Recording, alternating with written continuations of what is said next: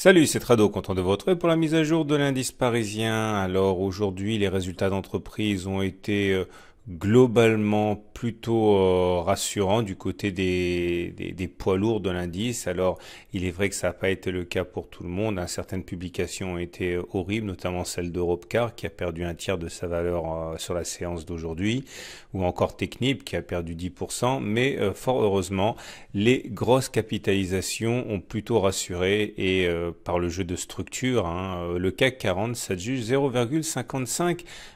Alors, première des choses à remarquer, c'est qu'il semble que l'on ait réussi à construire une résistance journalière. Bon, alors elle n'est pas superbe, cette résistance journalière des 5600, 5635, elle est toute nouvelle.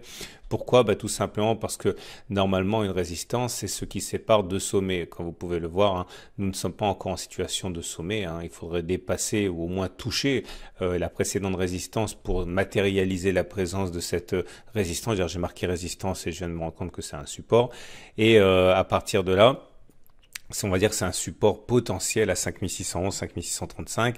Les velléités haussières se sont manifestées par le fait que l'on a rebouché ce gap des 5667, 5673. Vous le savez, hein, on a vu un gap commun sur la séance du 15 octobre. Du coup, on pouvait imaginer que le gap qui avait été créé le 18 octobre soit également un gap commun, c'est-à-dire un gap sans véritable signification, si ce n'est qu'il alerte très souvent sur la présence, hein, d'une sorte de latéralisation. C'était l'esprit, hein, de ce premier gap confirmé par ce deuxième gap. Alors maintenant, le gap qu'on vient de créer à 5657, 5659 devrait normalement être également un gap commun. On verra s'il est rebouché rapidement ou pas, mais de toute manière, on peut pas en faire grand-chose, hein, parce que même si c'est un gap de continuation, et c'en est pas un, le chemin parcouru avant le gap n'est pas significatif pour trader un gap de continuation, puisque vous savez qu'il s'agit de prendre la distance parcourue avant le gap que l'on reporte par-delà le gap, hein.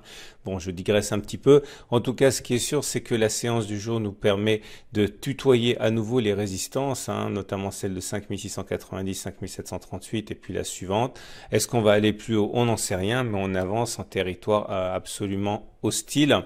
Parlons de l'épaule TT-Pol. Alors j'avais mentionné hier la possibilité d'une épaule TT-Pol inversée qui m'a été soufflée par plusieurs tradosoriens. Ça ressemble à ça. Donc une épaule, la tête, la deuxième épaule. Alors, première des choses, comment ça se trade? Alors, il faut d'abord savoir que les épaules TT-Pol inversées, normalement, si on est puriste, on les retrouve en fin de période de baisse et pas en période de latéralisation, voire de hausse, comme on l'a actuellement. C'est tout à fait vrai, hein. Les orthodoxes auront raison de le signifier. Maintenant, il faut savoir que on peut très bien voir ici un drapeau, une sorte de drapeau avec un mât et la formation d'une sorte de biseau, de canal baissier. Là, c'est pas très clair, mais je veux dire, même si l'épaule TT-Pol n'est pas valable fondamentalement, on peut très bien voir tout simplement un drapeau, ce qui nous donnera un objectif haussier. Maintenant, il faut savoir que j'ai du mal à adhérer à ce scénario de l'épaule TT-Pol inversée, tout simplement parce qu'il impliquerait la cassure de tout un ensemble de résistances ici qui me semble quand même assez présomptueux. C'est pour ça que si on doit trader cette épaule TT-Pol inversée, contrairement à la technique, au setup rapide, nerveux que je propose dans ma formation, dans mon Pacte Trado, je préfère ici au moins envisager une entrée plus tardive, mais peut-être plus sûre, c'est-à-dire une fois la cassure de la ligne de coup de l'épaule TT-Pol actée, hein, c'est-à-dire clairement attendre que l'on monte, que l'on redescende et éventuellement entrer à ce moment-là pour avoir un ratio gain-risque assez intéressant. Ce qu'on fait généralement, c'est que si on a un stop loss plutôt serré, et bien une fois qu'on est sorti, on le met en dessous de la ligne de coup au cas où on reviendrait dans la ligne de coup. Si on a un stop loss plutôt lointain, on le met en dessous de la deuxième épaule. Enfin bon, c'est un petit peu prématuré de parler de tout ça parce que pour l'instant, encore une fois, on n'a même pas franchi la ligne de coup, donc on reviendra sur ça un petit peu plus tard. Les Fibonacci, on fait un petit point rapide. Je vous rappelle que on avait la possibilité de tracer des Fibonacci comme ça. On a bien vu qu'on a ici, on a hésité 4 fois, même si on est passé au-dessus, hein, à conquérir en clôture les 23,6% de Fibonacci. C'est chose faite maintenant. Donc ça se trade aussi, hein. Ça se trade, c'est-à-dire que bon, c'est un petit peu tard pour trader ça, mais l'idée c'est que si vous pensez qu'on est reparti pour toucher les sommets, on peut utiliser les Fibonacci.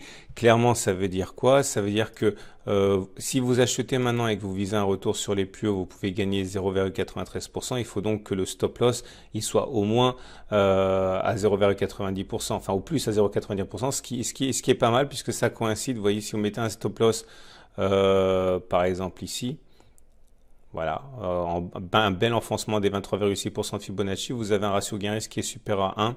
Donc c'est tout à fait envisageable si vous avez un scénario haussier. Je vous rappelle que moi je suis toujours en swing haussier. Ça date pas d'aujourd'hui ni d'hier, hein, ça date de la semaine dernière avec un stop loss qui était en dessous de cette bougie, en dessous des 30,2%, parce que j'espérais que ce gap fût un gap de continuation.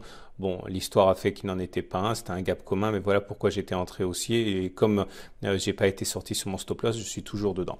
Si maintenant vous avez un scénario baissier, hein, que vous pensez que les fondamentaux sont vraiment trop mauvais, évidemment, hein, le scénario type, hein, c'est de vendre et de mettre un stop loss au-dessus des précédents sommets. Qu'est-ce que je peux vous proposer? Je peux vous proposer par exemple un stop loss. Si on vise un retour sur le support des 5600, 5635 avec un stop loss au-dessus du précédent sommet, il faut faire attention au ratio gain, et si vous entrez maintenant, c'est pas valable parce que vous pouvez gagner 0,93 avec un stop loss à 1. Bon, on est en dessous de 1 pour 1, donc c'est pas bon. Il faudrait attendre éventuellement que l'on monte, que l'on fasse une mèche en haut, que l'on clôture en dessous. Enfin bon, bref, qu'on montre un accès de faiblesse avec un stop loss à 0,74% et un objectif à 1,6%, vous avez un ratio gain-risque qui est intéressant. Donc, bon, vous avez compris la démarche, hein. Je vous rappelle que tout ça, c'est expliqué dans le pack tout trado, hein. Regardez les éléments, le chandelier japonais du jour est plutôt positif, hein. J'avais expliqué que ça fait 3 séances quand même qu'on avait une pression haussière avec une clôture dans le tiers haussier. C'était assez bizarre vu que ça se construisait pas sur un support mais au milieu de nulle part. En tout cas, ça a suffi pour éventuellement anticiper la progression du jour. La séance, la bougie du jour est plutôt haussière. On termine là également dans le tiers haussier. Mais attention, tout est à relativiser quand on est au contact de résistance journalière, là où les baissiers sont sans doute accumulés. On enchaîne avec la moyenne mobile à 20 jours dont on peut dire clairement qu'elle adopte une pente de plus en plus haussière. Donc c'est-à-dire que la tendance serait haussière. La moyenne mobile à 7 jours tend, elle, à se redresser. On a eu un croisement haussier fort ici, c'est évident. Et peut-être que finalement, on va enfin avoir la récompense pour ce croisement haussier fort qui expliquait pourquoi j'étais également entré en swing haussier. On verra, pour l'instant, c'est pas gagné. J'aimerais vous parler des indicateurs techniques, c'est important parce que vous savez qu'on avait eu des signaux baissiers donnés sur les indicateurs techniques rapides, le MACD0, le stochastique, le CCI, mais que la contagion ne s'est pas faite aux indicateurs lents. Le RSI est resté au-dessus de 50, le momentum est resté positif et le MACD est resté au-dessus de son signal. Maintenant, il y a un premier signal haussier qui vient de se mettre en place, comme vous pouvez le voir. C'est ici sur le stochastique, et là je ne sais pas si ça va se propager aux autres indicateurs techniques rapides et ensuite aux indicateurs techniques lents, mais en tout cas pour les baissiers c'est une alerte quand même ça, hein.